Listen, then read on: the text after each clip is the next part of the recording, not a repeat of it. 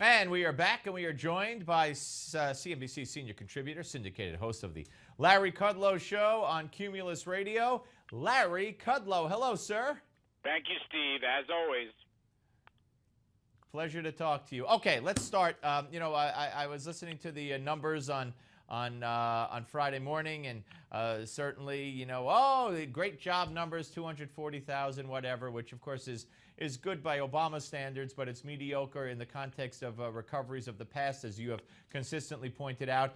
But again, the unemployment number drops down to below 6%, but it's, workforce participation, and we're talking about women, specifically women, but even in general, you got more people left the workforce than actually jobs were created in September. So why the celebration?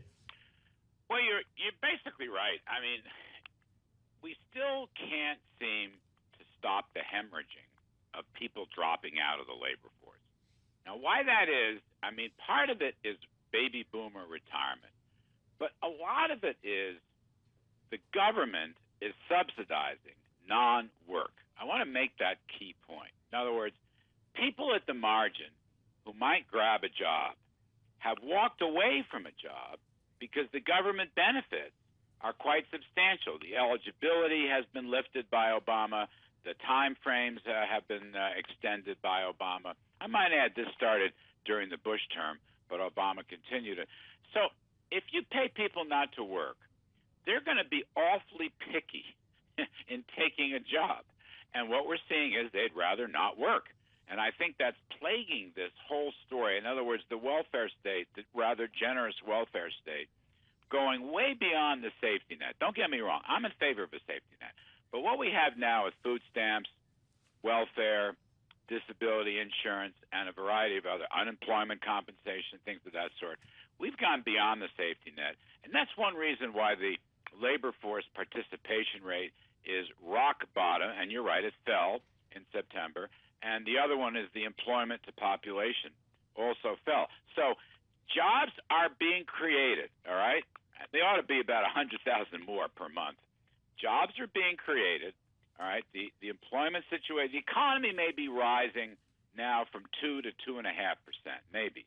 But we're still plagued by this people dropping out, and in many cases, in order to take government benefits. Yeah, and by the way, I mentioned women. The war on women, workforce participation dropped to 57%, the lowest since 1988. So I don't know what's going on with this Democrat and Obama war on women. I think the Republicans need to address that. But let's talk about. You wrote a great piece Can I add one thing? Can I add one thing? Yeah, please. I don't mean to do Sure. this, but I just want to make go this ahead. point. This country needs better economic growth. Ronald Reagan taught us that weakness at home leads to weakness abroad. And that has plagued Obama for 5 years plus. The first order of business for the Republicans should be economic growth. Growth, growth, growth. And when the GOP takes the Senate, and I believe they will, they ought to get the House and the Senate to put a bill, actually two bills, on the president's desk within 90 days. Within 90 days, one of those bills should be slashing the corporate tax rate from 35 to 20, and with that, no more double tax on foreign profits, repatriate those earnings. That's point number one. 90 days on the president's desk. Second point, number two, a Keystone XL pipeline authorization bill. Take the power from the White House and put it back in Congress. This is how they got the Alaska pipeline through many years ago. A Keystone XL pipeline authorization bill. Those two items should be put on President Obama's desk in 90 days after the GOP takes Congress. And you will see animal spirits lifted, new incentives to promote business investment and job creation, and maximize the oil energy revolution. All right, but wait, Larry, are you saying that the president would sign those bills? Well, I'll tell you what. I believe he'll be forced to, because I think Democrats are going to vote for that bill, even though they'll be in the minority. But if he doesn't, it sets the Republican agenda for the coming Congress and the 2016 election.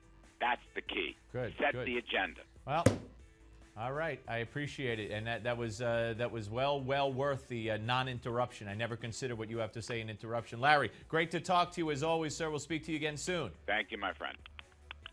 All right, Larry Kudlow, ladies and gentlemen. That would be brilliant, and I can't wait to see what the Republicans would pass and put on his desk if they take the Senate and see what he does. Scott Rasmussen is next. Don't go away.